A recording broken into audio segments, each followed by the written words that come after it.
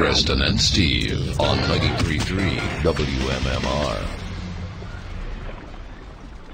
We're so glad to have our next guest back in the studio this morning. Here, I actually talk about two things. Number one, there's a movie opening up on Friday, and there's an anniversary event that's going on. Please welcome M. Night Shyamalan. Yeah! Hey, thanks, guys. Thanks for coming back, Night. We appreciate it. Well, I appreciate you guys wearing all the devil gear.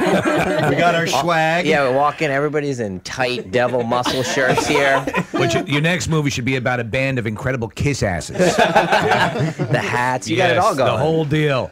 I was reading about the genesis of this movie, and that there is this Night Chronicles series, which is a trio of horror films, was the idea in the beginning, but that this one sort of came during a conversation you were talking about Alfred Hitchcock, and describing how if it said Alfred Hitchcock's The Elevator, yes, you would go see it because it's Alfred Hitchcock. Yeah, no, I was talking, because of the unusual nature of them selling the movies on my name, and we should talk about what that creates, the kind of expectations and things. And someone in these interviews, they talk about Alfred Hitchcock and stuff.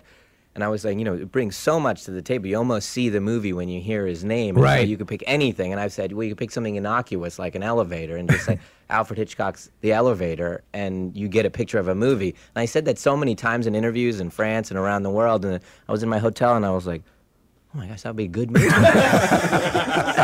And so I thought of this idea of 5 people that get trapped in an elevator, and one of them turns out to be the devil, and one by one they get killed off until you find out who's the devil. I love the concept of this because it's a classic story, and in that clip, like with the thing, the classic, one of them is it, or at least we assume one of them is it. So everyone becomes more horrible themselves because they want to distance themselves from this thing, and people's true colors come out. Yeah, it's a really kind of a wonderful metaphor of kind of why are these 5 people in this elevator? You start to learn about them as they try to get them out, and these movies that kind of make it about big subjects, but they're actually just about characters. At the end of the day, they're kind of like dramas made up to look like big, splashy, big tempo movies, but they're. I know Stephen King has used the phrase when.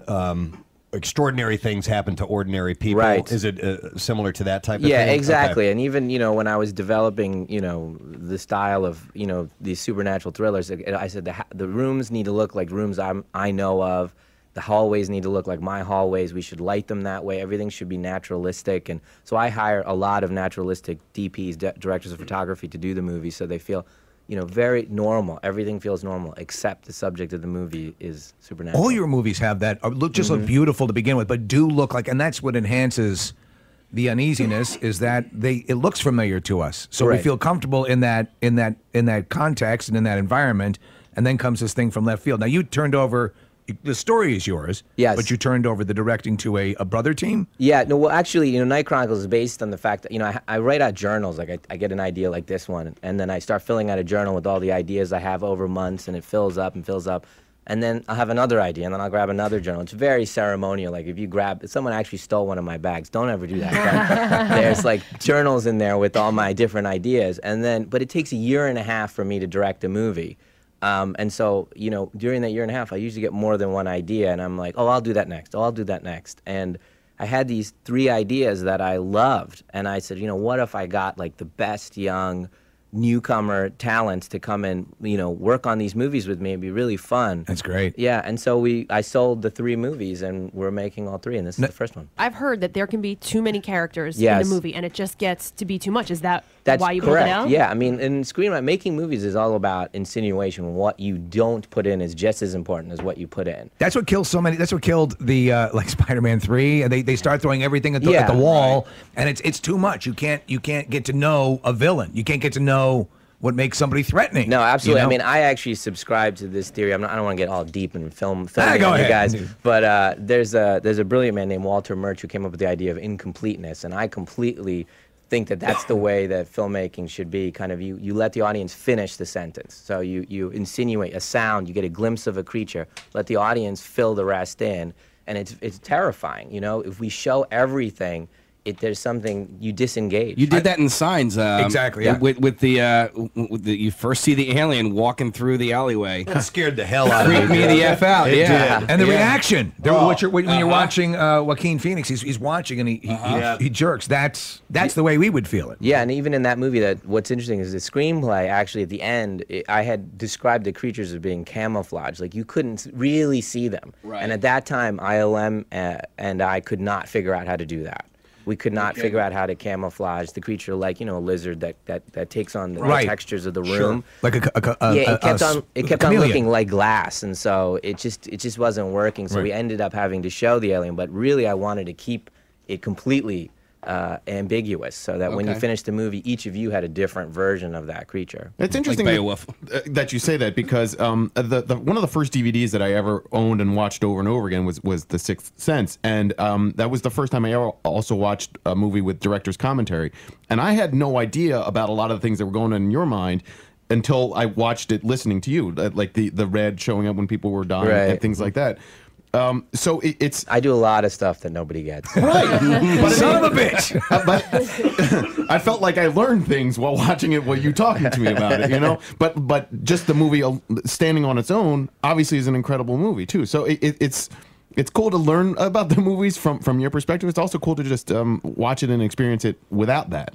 Yeah, I mean, a lot of it's supposed to happen on a subconscious level. Like, if you make a set intentionally smaller or intentionally bigger, it's not like you'd be aware that I was doing that, or if it's changing size as the movie goes on. I mean, all those subtle things to create anxiety, that the camera is not at eye level, that I dropped it, 18 inches from eye level, creates a certain feeling, that I'm provoking in you as a viewer. You see films through different eyes than we do. When I saw the trailer for the movie, and I'm just curious if you do this type of thing when you're either watching a film or maybe even the trailer or scenes ahead of time, I'm like, oh, it's the chick. She's it's her. She's the devil. Do you kind of semi in your mind, in a whodunit? Yeah. Go, oh, it's got to be. Oh them. no, when they're showing Universal showing me the spots, I intentionally tweak the spots so you'll think one is one, just so you'll have this. You bastard! And that's exactly I'm messing with you even when you're at home. You're controlling us. When anybody gets behind a project that they've spent a lot of time and money on, they tirelessly promote it and go out and do a lot of interviews and so forth. We saw a piece of video of you at a press conference that was priceless. A woman. It was great. Was really going after you. The beauty of this is that was the last press conference after 7 countries. So I had basically done like 1,000 interviews. And by the way, the reaction to the movie was so spectacular around the world, but they're completely obsessed with American critics, right? So everything, I loved it, but and then they go into things. I was like, can we skip the but part?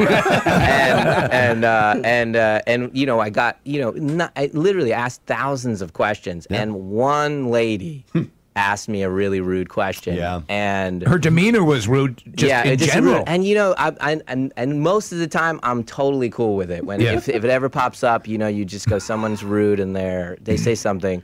You handle it with charm, and you handle it. I wasn't charming. No, but you were funny. It was damn funny. Wait, what was it? Knight said, he said, you know what?